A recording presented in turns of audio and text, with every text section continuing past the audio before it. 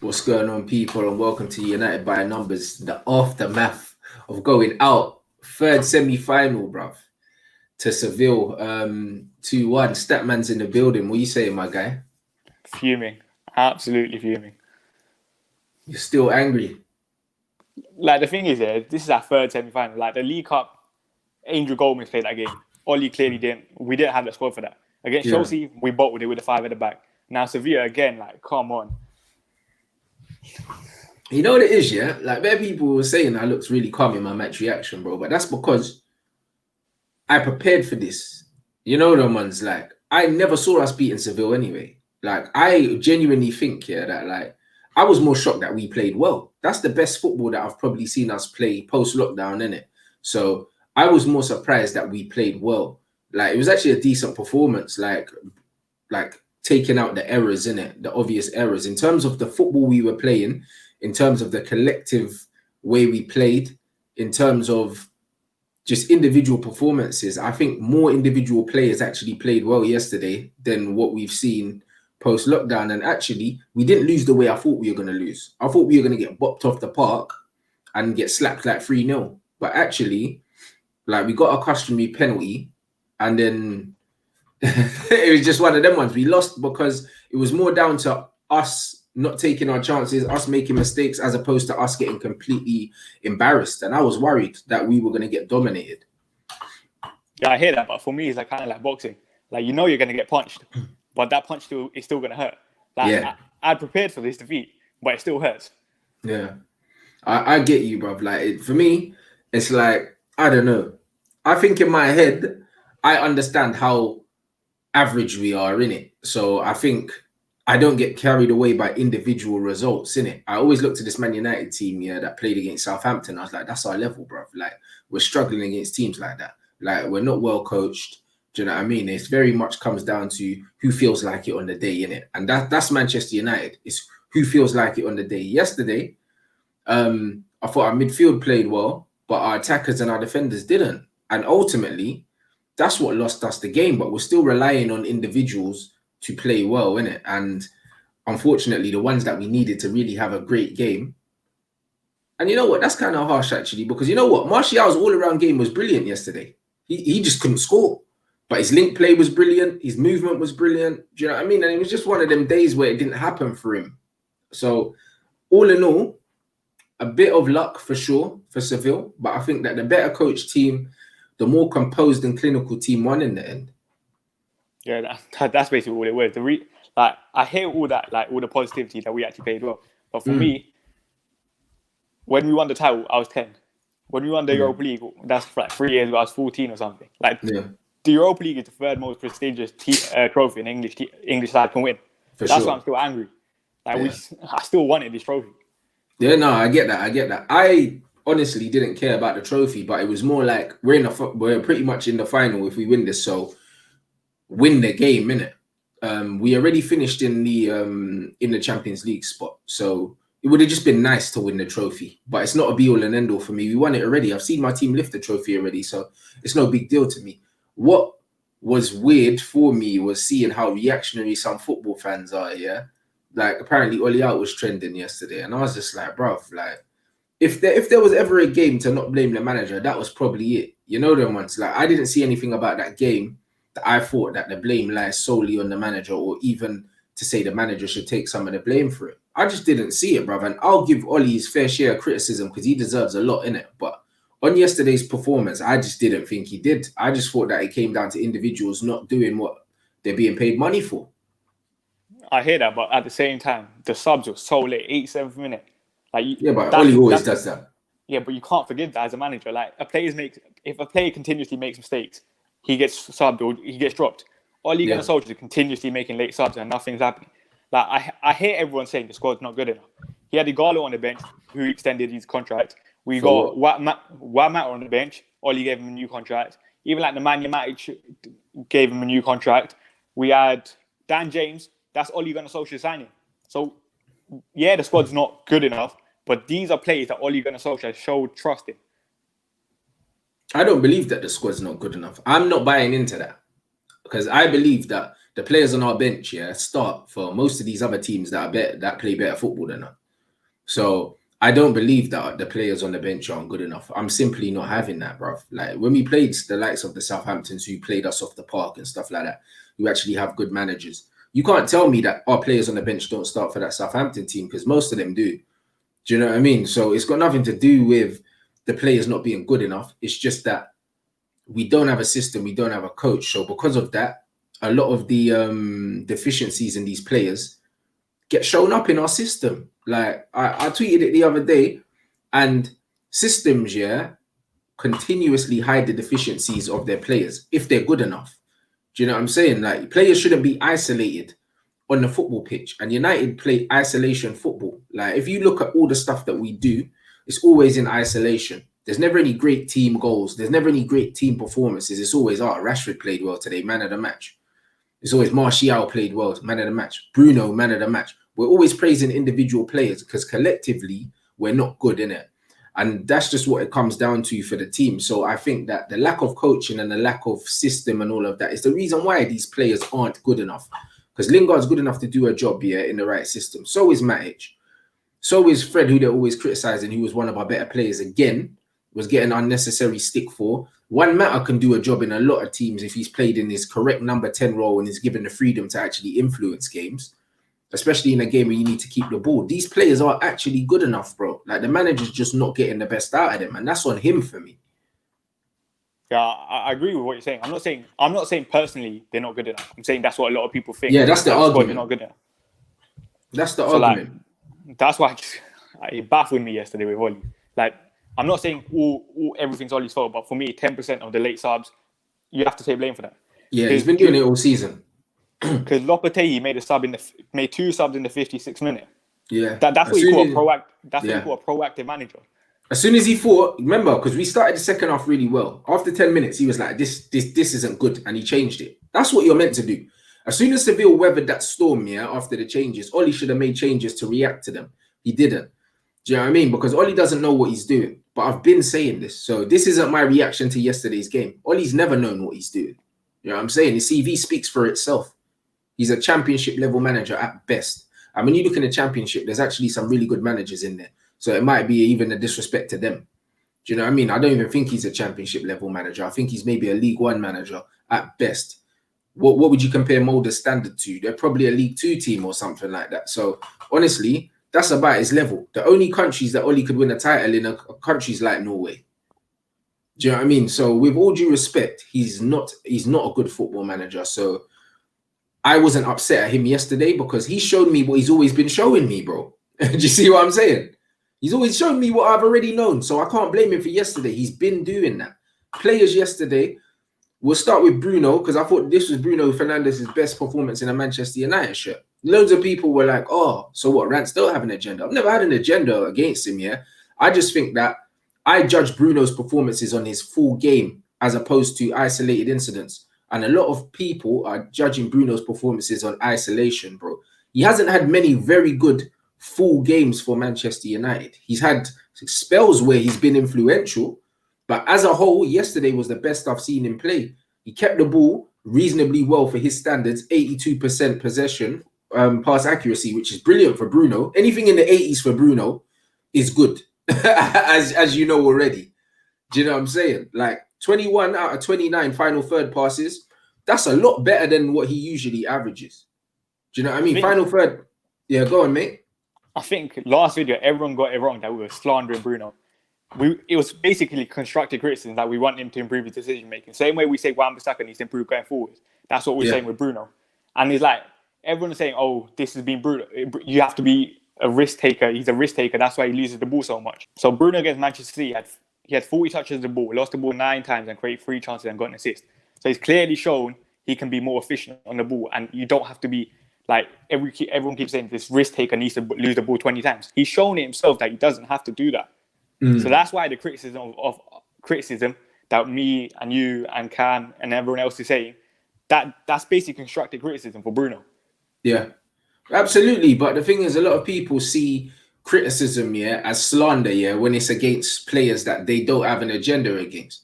That's just all it is. Because even yesterday, I see loads of things online, people talking about Fred. He was our best midfielder yesterday, and people were still trying to make out like he didn't have a good game. Do you know what I mean? And just with certain players, they just see what they want to see. With Bruno Fernandes, yeah, like every single game, yeah, just giving the ball away. It's all right. You can take risks, yeah, but the risks have to be calculated. Like he plays a lot of low percentage passes that don't need to be played. You know what I mean? And then also on top of that, there's a lot of simple passes that he doesn't even execute. Do you know what I mean? So it's one of them things where people are very lenient with him, yeah, because at the moment he's scoring penalties. That's just what it is. If the penalties dry up here, do you know what I mean? Then people will start to actually analyze his all-round game. Whereas I'm ignoring the fact that he's scoring pens at the moment, yeah, and I'm analyzing his all-round game. And I think yesterday was the best game I've seen him play in a Manchester United shirt from start to finish in terms of what he did for the team, in terms of his working off the ball, in terms of his tidiness in possession. It was a lot better. His final third passing, like literally 21 from 29 is very good for Bruno. Usually his final third passing is hovering around the 50% mark, like, because it's very lackluster. Do you know what I mean? So long balls completed 100%, 3 from 3. Crosses completed 2 from 5. Last game it was 0 from 9. Do you know what I mean? So it's clearly that he's had a better game today, and he had 2 shots on target from 6 shots, which is, well, at least he hit the target twice. Do you know what I'm saying? Before, you just weren't hitting the target. He was just shooting from 30 yards and it was just going all over the place. So there was a clear improvement in his performance yesterday. And I think with Bruno, it's everyone keeps saying, "Oh, we keep backing Pogba." With Pogba, we say he has to play further forward. I've said this so many times. I think Bruno Fernandes is a number 8. Like Carlos Carvalhal, former Sporting Lisbon manager, said he's a number 8. If you look at Bruno, the way he plays, he has the work rate to play as a number 8. His defensive contribution, I think he's averaging 2.4 tackles and interceptions per game in the Premier League. Yeah. So he clearly has the defensive attributes. And if you look at the way he picks the ball up, he doesn't pick up the ball in between the lines. He kind of drops deep as a number 8. Yeah. The way you expect Pogba as a number 8 to pick the ball up in those areas. So that's why I keep saying Bruno's a number 8. He is, absolutely. And that's why we need to play a system where Bruno can play alongside Pogba as 2 8s. Or we need to bring in a better DM and we need to bring Pogba further forward anyway. Do you know what I'm saying? Because Pogba's not a number 10. Do you know what I mean? Bruno is not a number 10. However, like in the final third, Pogba's a better passer of the ball than Bruno. I don't think anyone can deny that. Do you know what I mean? So, and Bruno's probably better at being more tenacious and running around and nibbling at people's ankles because he's smaller. So I wouldn't mind some games seeing Pogba further forward than him, because Pogba's more dangerous than him further forward. Like, that's the reality of it. I think that Bayern Munich Barcelona game showed me something. Like, Leon Goretzka was making brilliant late runs into the box. That's what I kind of want Pogba to do if he's given the license. Yeah, absolutely. So for me, one of Bruno's best games, if not his best game in the United shirt. Forget what the goals and assists and all that, because people live off these goal contributions. And like when someone sent me a graph of where Bruno was getting his assist from, I was laughing, bro. Do you know what I mean? It's like, are you getting an assist from 30 yards out and that? Do you know what I mean? It doesn't make sense. They're not real assists, innit? I don't know when they changed the rules on assists and that, because I remember growing up watching Giggs and Beckham and that. You never used to get assists for what people get assists for now. Do you know what I mean? I think maybe once the stats eras come in, they've kind of changed. Like, for instance, chances created is just anything leading to a shot. Do you know what I'm saying? But if I pass someone the ball 30 yards out, they skip past 2 people and have a shot, I didn't create that chance. Do you know what I mean? So it's a strange one, isn't it? I think the numbers kind of skew what we're looking at. But in terms of a complete performance, I think that's the best I've seen Bruno. And honestly, that's the standard I expect from him every single game. Yeah, I thought he was excellent yesterday. I can't fault Bruno yesterday. Absolutely. That's the level I expect him to play at all the time. Do you know what I mean? If he plays like that all the time, there's no issue. Do you know what I mean? But I just feel like Ollie said to him, "Oh, go out there and do what you're doing for Sporting Lisbon." That's not good enough at Manchester United. We're Manchester United. Sporting Lisbon, as much as they've got great history and tradition and all of that, yeah, they're not even a fifth of the size of our club. You can't be telling us that him going and doing what he does for Sporting is good enough. Do you know what I mean? For us, it's not. Do you know what I mean? You need to coach him a bit better than that. And the funny thing is, people kept saying that we criticize him criticise him for the amount he gives the ball away. If you looked at Ole Gunnar Solskjaer talking to that Copenhagen player after the game, he was literally saying Bruno gave the ball to you a lot. So Ole Gunnar Solskjaer clearly sees this as well. So it's not an agenda. It's not an agenda, but again, I mean, a lot of people say things to suit. Do you know what I mean? Whatever story they're trying to tell at the time. Like, I think we all know he's a top 3 players at the club. Yeah, and nobody's denied that. Yeah, exactly. No one's denied that. But from them players, you expect more from them, innit? Like, I feel like he gets a lot of praise that's not due, and he also doesn't get a lot of criticism that he should get. Do you know what I mean? That's all it is. That doesn't mean he's not good. Do you know what I mean? Like, no one's ever said that Bruno's not good, but criticizing Bruno translates on football Twitter to say, you said he's crap. Nobody said that.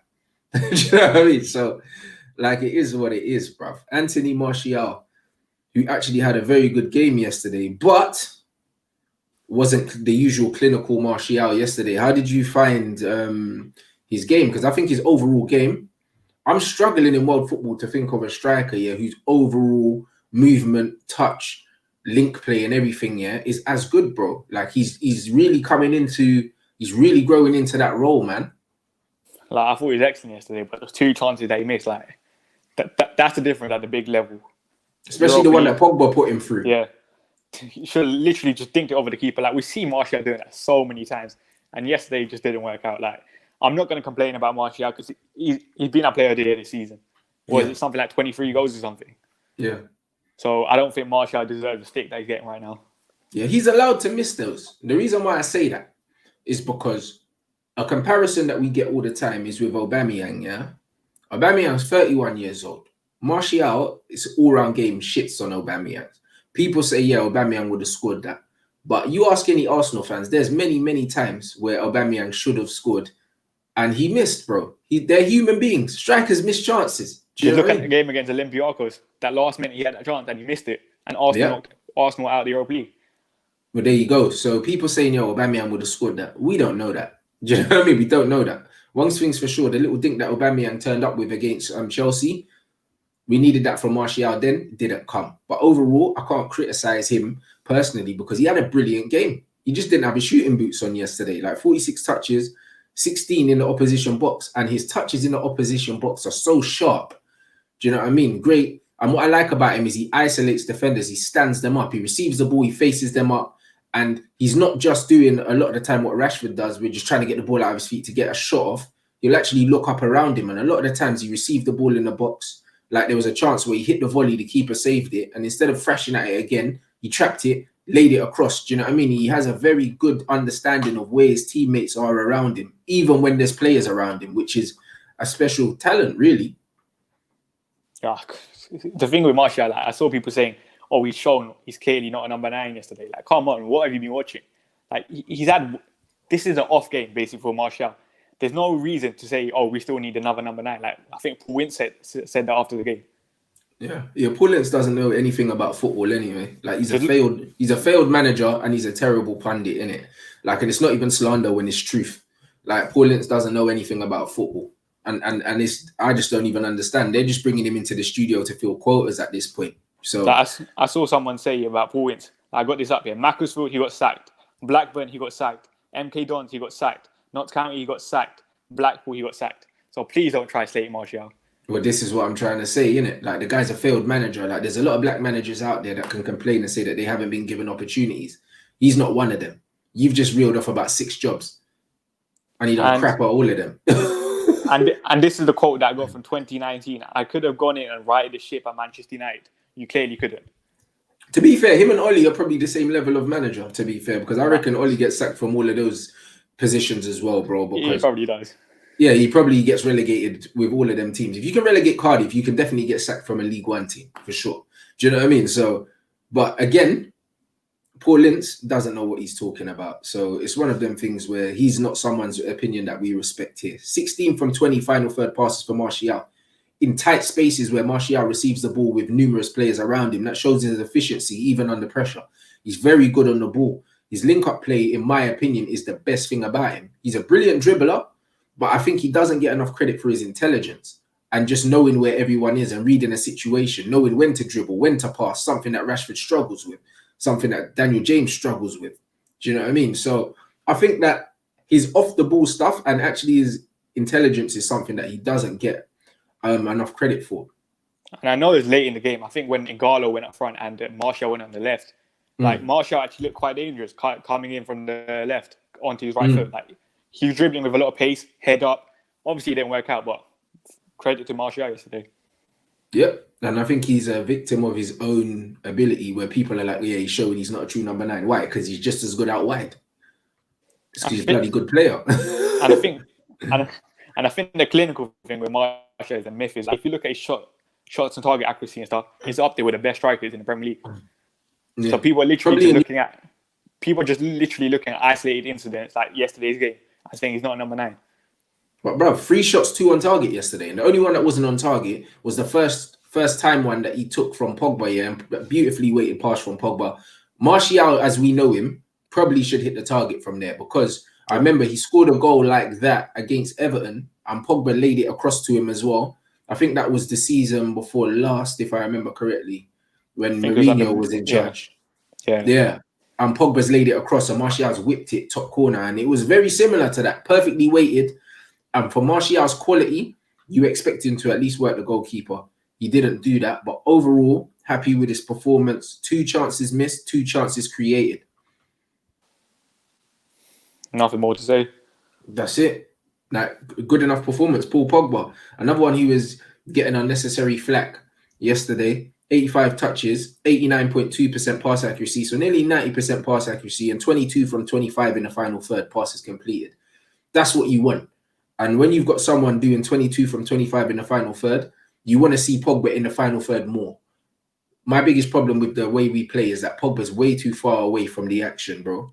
Way too far away from it. Like, it should never be a case where one of the most creative players in the game, period, and one of the best passers of the ball in the game, period, is so uninvolved until we're chasing a goal. That's the only time you really see Pogba kind of driving forward, like in the second half when we're chasing the goal. Same against West Ham, same against Copenhagen. We only really see Pogba driving forward when we're in trouble. And I think that just goes down to Oli, kind of like, just go forward now. You got more license. Yeah. And I think it clearly shows that is Oli, the way he's set up, that Pogba's not allowed the freedom that he should be getting. Yeah. 12 ball recoveries, playing like an orthodox, really defensive midfielder. I wouldn't even say box to box, because he doesn't really get to the other box as often. Like, I'd love to see how many shots Paul Pogba's averaged per game, like since he's come back. If it's 1, do you know what I mean? Like, he's nowhere near the goal, bro. You know what I mean? So it's a bit mad. Like 9 from 11 dribbles again, brilliant. Only lost possession 11 times in the whole game for a central midfield player. That's very good.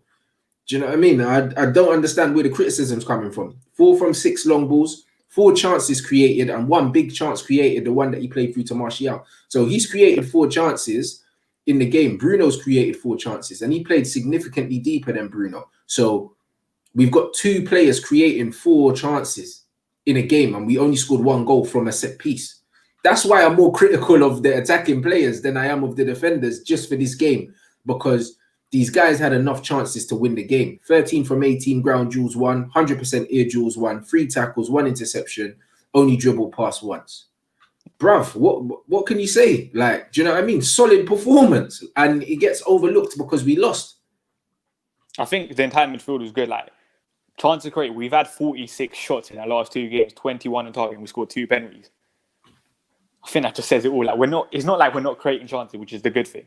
Yeah, we're creating the chances, we're just not taking it. Yeah, the best problem is that we are actually creating chances, isn't it? That's what gives me a bit of optimism. It does, but then it also makes me think, like I said in a previous show, and people got onto me, yeah, like, cool, if we're going to break the bank here and only bring in Jadon Sancho, it makes more sense to bring in a defender and a defensive midfielder, because actually, as much as the right-hand side's a problem, we're creating chances, bro. Do you know what I'm saying? It's the other deficiencies that worry me more.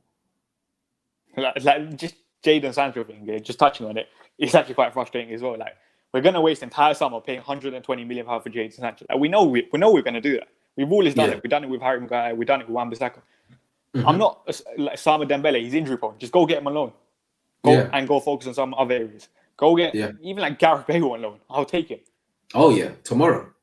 Exactly. Just go get him on loan and then work on your other areas because we still need another 3-4 signings other than Jadon Sancho. For sure. You know what I mean? I'd go after Grealish because I think he's very necessary. I think our attacking depth isn't there. He extended the contract of Igalo, who he hasn't used properly. If I'm Igalo, I'm fuming because it's like, why are you going to extend his contract and not play him? And what's the point? Right. And what's the point? Dan James gets more minutes than Igalo. That should never be the case. That should never be the case whatsoever because you're starting all three of your strikers. Greenwood, Rashford, and Martial. That means you've only got one more striker on the bench. How come he can't get no minutes?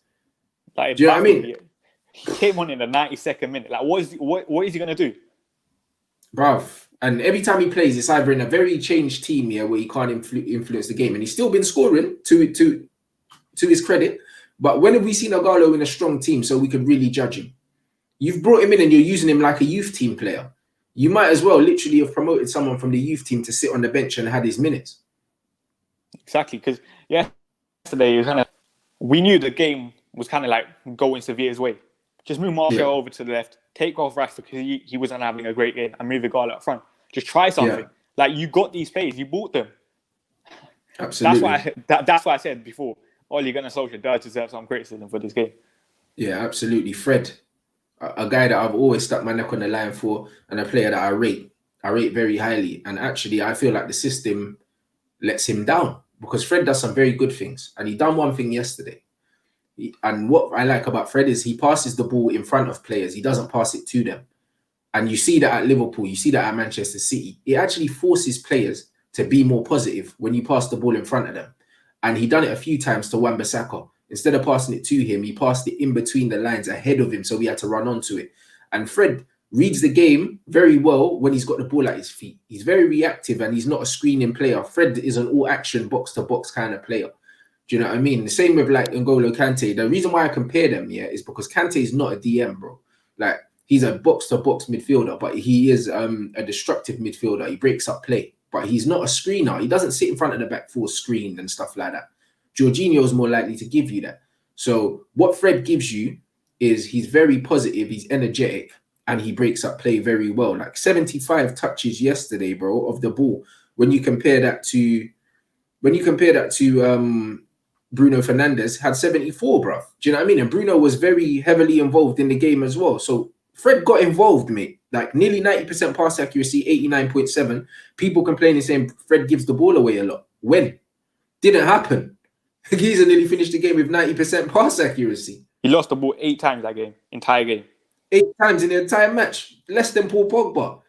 Do you know what I'm saying? So all this talk of Fred being a liability in possession, and if you press Fred, he's not good on the ball, it's a lie. It's not factually backed up by any data.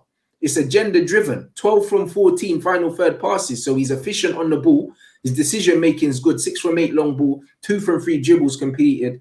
10 from 17 ground duels, 100% in the air, 7 tackles, 5 times dribble passed, because Fred gets dribble passed, bro. It happens all the time. He's a reactive midfielder. People get past him, but he always gets back. And 1 clearance. Brilliant game. He was our best player yesterday. I think regarding the Fred being pressing, I do think a bit of that is true. I think Troy Deeney said it. Yeah. That they targeted Fred a little bit. So I do think some of they doubled up on him, though. Yeah, it's kind of like when Fred has his back to play, then he's a bit of a target. Yeah. But I think most players are during that because time. He's small, though. Do you know what I mean? Paul Pogba's a freak of nature because Paul Pogba actually likes to feel the player because he's so strong. Do you know what I mean? Like, a lot of the time, Pogba will happily let you come and he'll feel you and he'll roll you. Do you know what I'm saying? Fred, because he's so small, the guy is about 5'6" or something, and he must be about 70 kilos max.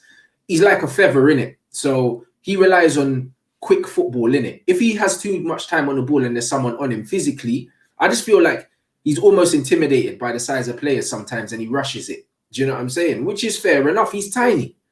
So it's one of them things where Fred needs an option on quickly. Do you know what I'm saying? If Fred takes more than 2 touches on the ball a lot of the time, it's all, you know what I mean? It's all and ahhing, but he's a very good footballer, bruv. And if he's in a system where he knows where people are, he moves the ball very quickly. Yeah, you can see that. Like Fred's first thought is always pass the ball forward, kind of similar to Bruno. But and you see that with Fred. Like I don't know. I don't have the like passes forward stat right now, yeah. But I guarantee you, he's probably the most on the pitch. Yeah, because that's always his first thought.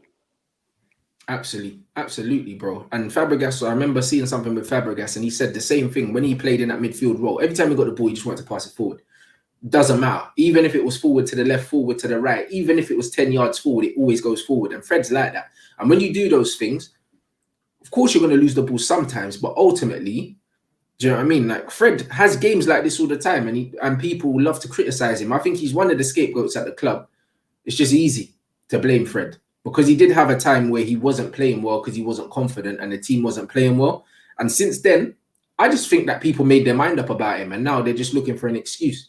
I think Fred, like, he struggled last year, but that was his first year in a brand new country. Same thing we're seeing with Nicolas Pepe right now. He's struggling in England. This is his first year in another country. Yeah. So it's kind of like, we saw it even with Fabinho at Liverpool. He struggled at the start and then he grew into it. Absolutely. Like, I'm laughing at Pepe at the moment because of how much he costs, but I know that he will improve. Like, he will. Like, there's clearly talent there, in it. Like, you can see it. Like, some of the stuff he does on football is disrespectful. Yeah. Like, he's very good. Like, he's a very good player.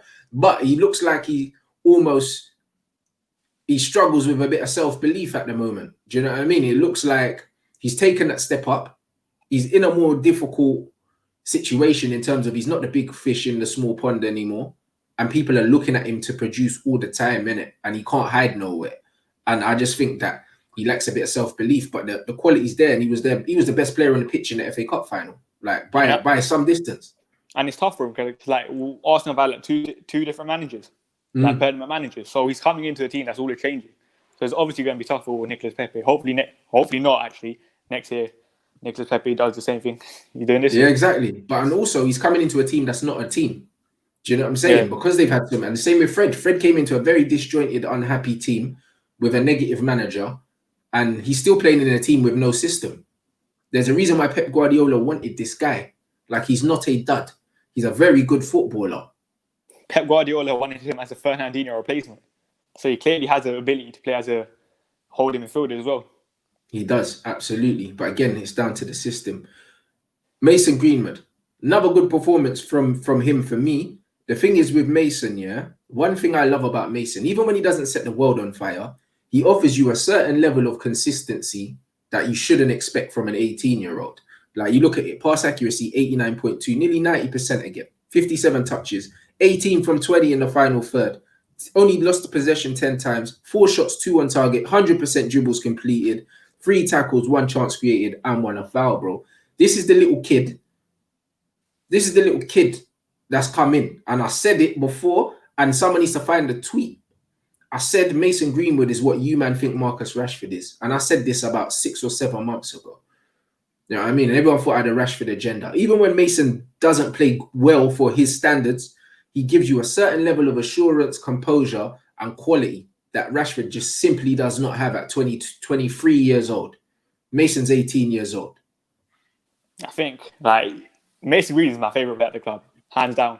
Only a year older than me. Like, I always sing his praises. But yesterday, that chance that he missed, normally 9 times out of 10, Mason Greenwood takes that away. Which one? The one the keeper saved with his feet? That was a very good save. Yeah, but normally you expect Mason Greenwood to score that. Yeah. That was like the only like downside of Mason Greenwood's performance. But yesterday, when he got the ball, he was taking people on, like 100% dribbles completed. Oh. For an 18-year-old in a European competition. Yeah. Fair play. Bro, it was a madness because you see the chance. He controlled it with his left foot, took it with the right foot. And the keeper dived, it hit the keeper's legs. The keeper didn't know anything about it. It was one of them ones where the keeper spread himself and hoped for the best, didn't it? Yeah. And on the day, it was just fortunate that the goalkeeper was wide enough. But ultimately, bro, like, Mason didn't put a foot wrong. In a game where he doesn't light the world on fire, he offers you the basics. Do you see what I'm saying? And that's my criticism of Bruno and other players like that. If you're not going to have a good game, just make sure that your fundamentals are good, innit? Ball retention, work rate, all of these things. Just have good basic fundamentals, and then anything else is a bonus, innit? Like, a bad game for Mason Greenwood is he doesn't score. And you know what's insane? Like, you said he only lost the ball 10 times. For And Mason that's a lot for him. Exactly. It's usually about 4. Exactly. And I think that's the biggest praise that we can give to Mason Greenwood. He's not playing like an 18-year-old. He's playing like a 27-year-old in his prime. Yeah, it's true. Literally, he averages probably 4 or 5 times giving the ball away in a game. Might even be less than that. Like, I don't remember seeing him double figures giving the ball away all season. Do you know what I mean? And that was him really trying to force things and make things happen because we are on the back foot. And he looked very mature in his performance yesterday. And I was very happy with it. Very happy with it. I thought it was just me biased with Mason Greenwood. Like, I'm always biased with Mason Greenwood. It's good to see that. Like, some other people are saying that Mason Greenwood still had a good game.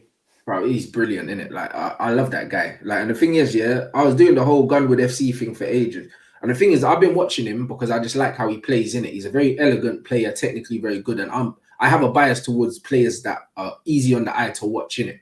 Always. But then, when he scored the hat-trick against Chelsea in the FA Youth Cup, I was like, this guy's ready, play him now, innit? And from then, I was like, nah, like, I'm not having any Mason slander. Like, the guy, he's a special footballer. Like, that gets thrown around too much. People say elite talent, world-class potential, and all this nonsense. Mason, injuries permitting, is a guaranteed world-class footballer. There's no doubt in my mind.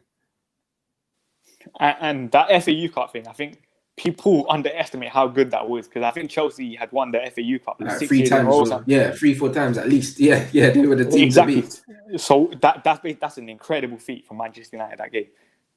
One of the best academies in the world, and Mason Greenwood tore them to pieces. There you go. And yeah, good. Moving on to Marcus Rashford, another poor performance to add to every single one that he's had post-lockdown, bar one game. You know what I mean? It's been terrible. What game was that? The Crystal Palace or something? Yeah, Crystal Palace had a decent game. I think even Sheffield United got 2 assists or something. But he played rubbish in that game, though. Yeah, he got the 2 assists of Martial and he got subbed off. I think it was the Crystal Palace game, bro. I'm running out of words in it for this guy because people think that it's an agenda, but it's not an agenda for me. Like I said earlier about Mason Greenwood, if you're playing crap, just deliver me the basic fundamentals, please, Marcus. Just do those, innit? Pass to your own team. Like, if in doubt, just pass to your own team, bruv. Like, not every day trying to cut in and shoot from 30 yards when it's not on. 4 shots, only 1 on target, and the other 3 shots probably ended up out the stadium. Like, it's just, I just don't understand. Right now, when I look at him, yeah, I struggle to actually understand what he's actually good at, apart from being a very, very talented athlete, because he's very quick. But other than that, he's meant to be a flair player, a touch player, but his first touch lets him down so much. I keep saying this, like with the opponent Marcus Rashford's coming up against. You're coming up against a 34-year-old Jesus Navas, who used to be a winger. This should be your game that you're shining. Yeah. You're meant to take Jesus Navas on every single time and beat him. Yeah. And yesterday, I don't think he did that enough. I think, as I always say with Rashford, I do think he's rushed himself back. Yeah. He was meant to come back this July time, and he's already back playing for like 2 months or something. Yeah. I don't know. I want him to prove me wrong, but I genuinely just don't think he's good. I don't, innit? I've always had this. Like, even when he was playing well, I gassed him up and done the whole Ronaldo thing and that. But everyone's always known I've never really rated him as a footballer in terms of just talent, bro. Like, I genuinely believe that his game is 99% pace and explosiveness. And when he doesn't have that, and I feel like the injury has definitely hindered him, I feel like either he's not 100% confident in his fitness, because you see where he used to be taking players on, he looks a lot more hesitant to do that now.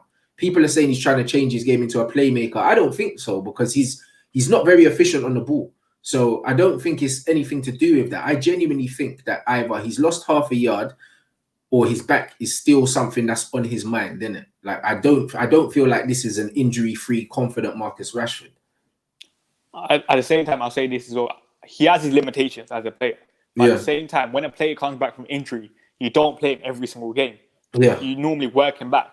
Play him 50 minutes here, rest in the next game or something. But with Ollie, he's played him every single game. Yeah. So that's where I'd be like, okay, Rashford, you're not being helped by the management. Yeah, absolutely. 55 touches, 82% pass accuracy, 12 from 17 in the final third, 12 times lost possession, 4 from 5 dribbles completed. And that seems like quite high, because I remember him getting tackled quite a bit. So Do you know what I mean? It's mad. 2 from 3 long balls completed. 4 shots, only the 1 on target. 2 fouls. 1 was for the penalty, which I'm glad that we won, but I've never seen those ever given in my life. Do you know what I mean? So I hope that's a precedent that's been set, and we're going to continue to see penalties given for that. Because when he struck the ball, it was a poor shot, and the guy wasn't even in camera shot, blood, when he actually struck the ball. So the fact that the penalty was still given after the chance was gone, that's something I would like to see going forward in football. And when goalkeepers come out to punch the ball and clatter players, I want to see flipping penalties for that as well. Yeah, I was actually really surprised that we got the penalty. I think BT, the commentator, said that maybe we see this more in Europe, not in England. Right. Okay. Because I've never seen that given in England ever in my life. I was surprised that it was given. I thought the other tackle on Bruno Fernandes in the second half, I think it was, Diego Carlos came across. I thought that was more of a penalty than this. Yeah. And even that was questionable. But I think because Bruno was on one foot after trying to strike the ball, he was off balance anyway. So anything would have sent him over. But the Rashford thing, I'm glad we got the penalty for it. But again, we ain't seen those given in it. So it's just one of them ones. And that led from a poor strike from him. He just didn't have a good game. And I think that his stats look pretty decent considering what we actually saw. Do you know what I mean? That's where stats can be misleading. Yeah. Like, clearly, he didn't have a good game. Yeah, he was not effective. I think Rashford himself knows he's not having a good time. Like, you saw the frustration when he chucked the ball on the floor and got yellow card. Like, you can clearly see that it hurts him that he's not performing to the level that he's used to. And that's one thing that he will give you, innit? Being a graduate, he'll give you that hunger, he'll give you that passion. You can tell that he really knows what it means to play for the club, and he really wants to do well. But genuinely, I just don't think he has a choice in the matter. I just don't think he's at the level that people think he is. Do you know what I mean? I think that he's been able to hide behind poor performances because he was on penalties, and now Bruno's taken that away from him. So now there's nowhere for him to hide. Do you know what I mean? And we're actually seeing now what his limitations are. And honestly, if Manchester United want to get back to the place that we deserve to be, I said it when he broke through, he'll be a very good squad option for us. But for me, if he's starting 30-odd games for Manchester United in the Premier League, I'd never see us winning it. I think with Rashford, we said it was. I think he said it was a confidence thing, but I think there was I can't remember what game, but Bruno Fernandes gave Rashford the penalty. Yeah. To boost up his confidence. So it's kind of like, if that was a confidence thing, you had the confidence from that, and you're still not performing. Yeah. So it's kind of like there's something more that we don't know. Yeah. I'll give him the benefit of the doubt and say that he's still feeling the injury.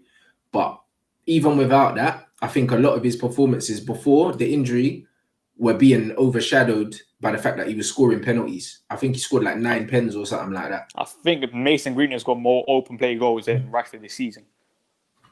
There you go. Didn't even know that. But there you go. There's a stat for you lot.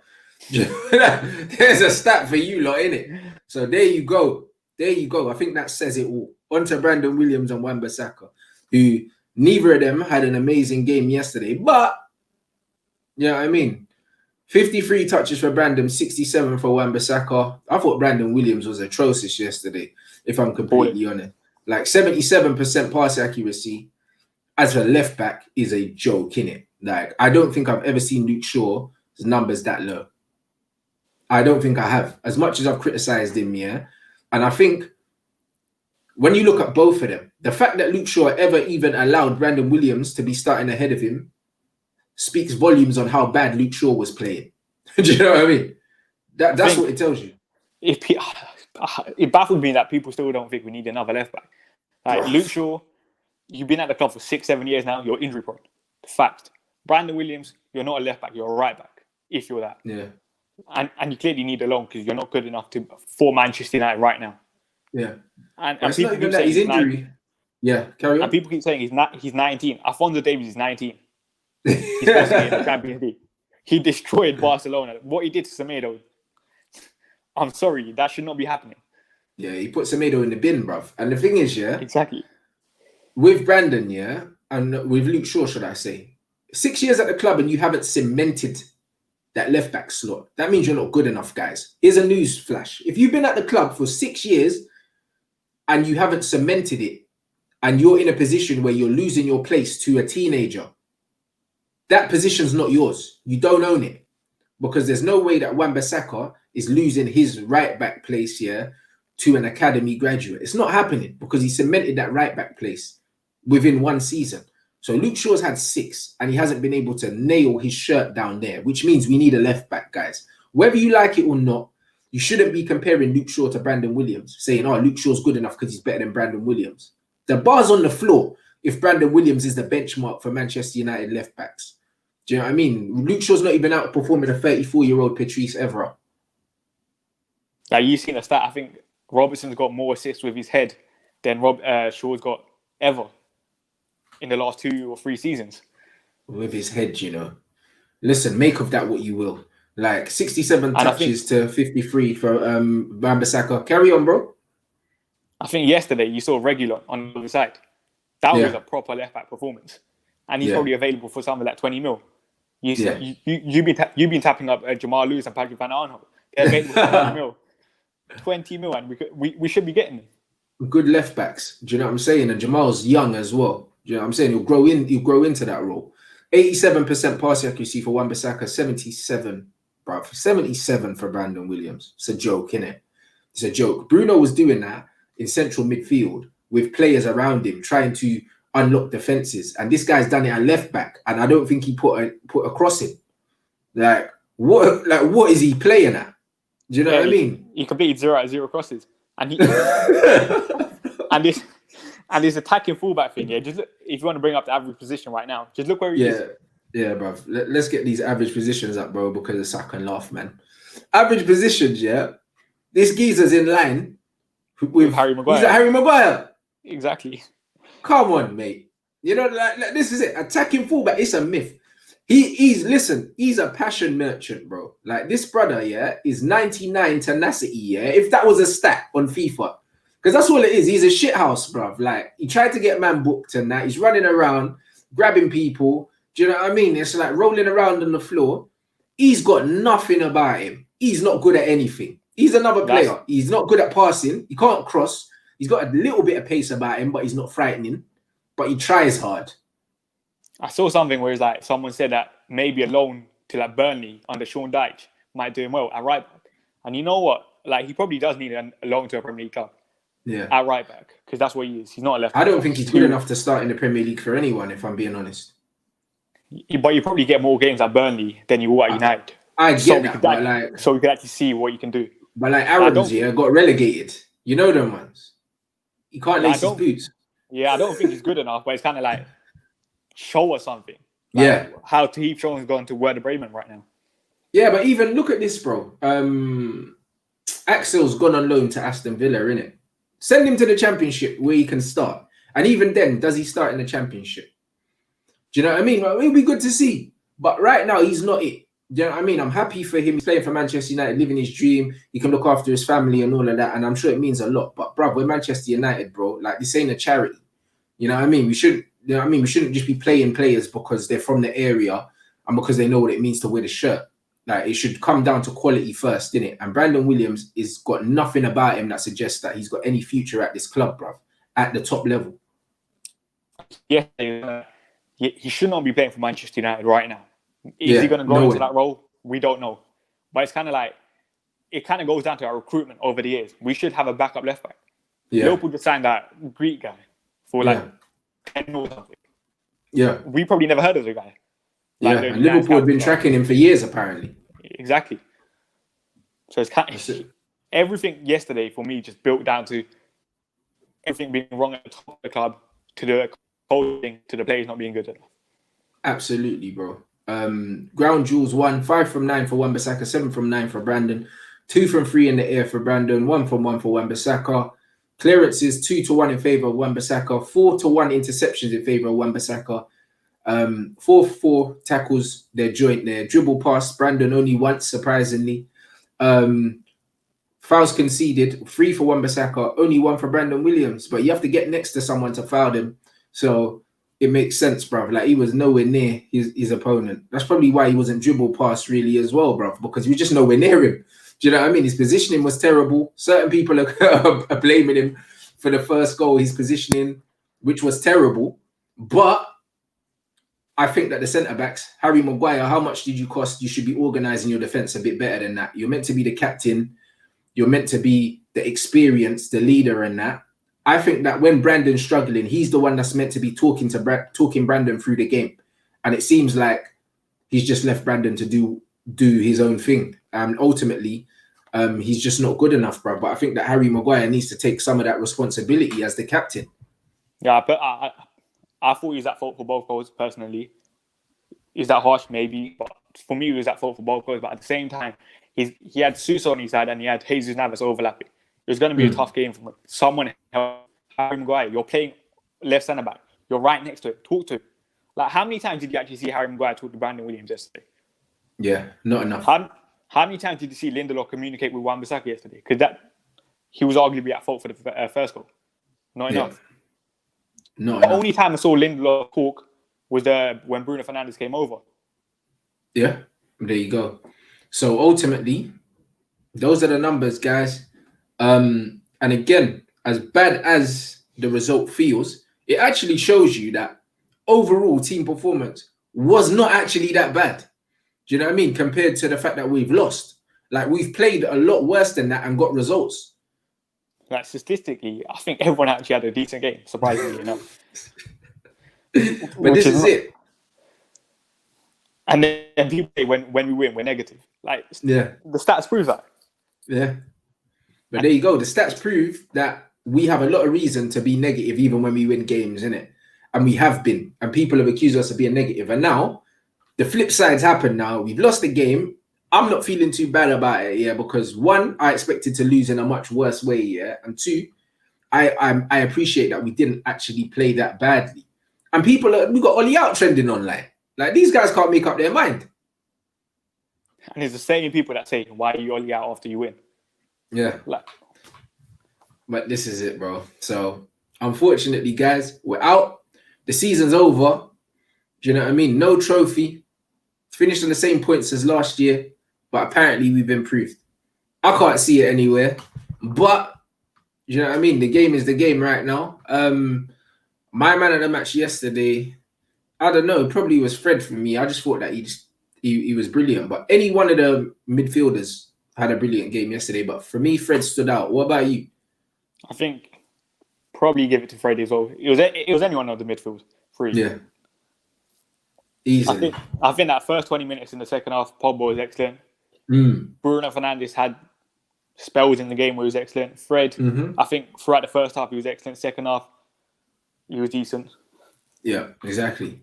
So it was brilliant, man. But guys, it's been emotional, bruv. Make sure you slap the like if you haven't already. Obviously, follow the Statman. He's on Twitter now as well. You'll be seeing I'll be retweeting and that. So it's Twitter and Instagram, the handles at the bottom of the screen. I'll also post the link in the description as well for you to go over and follow him, man. And yeah, we'll be back after United's next game, whenever that is. There's rumours that we've got Arsenal on the first day of the season as well. Have you seen those? Yeah, I saw that. And if it's Arsenal, I never feel confident playing against Arsenal. Like, most of my friends are Arsenal fans. Like, that's the only game that you don't want to lose. Yeah, especially not first game of the season as well. Do you know what I mean? But you know what?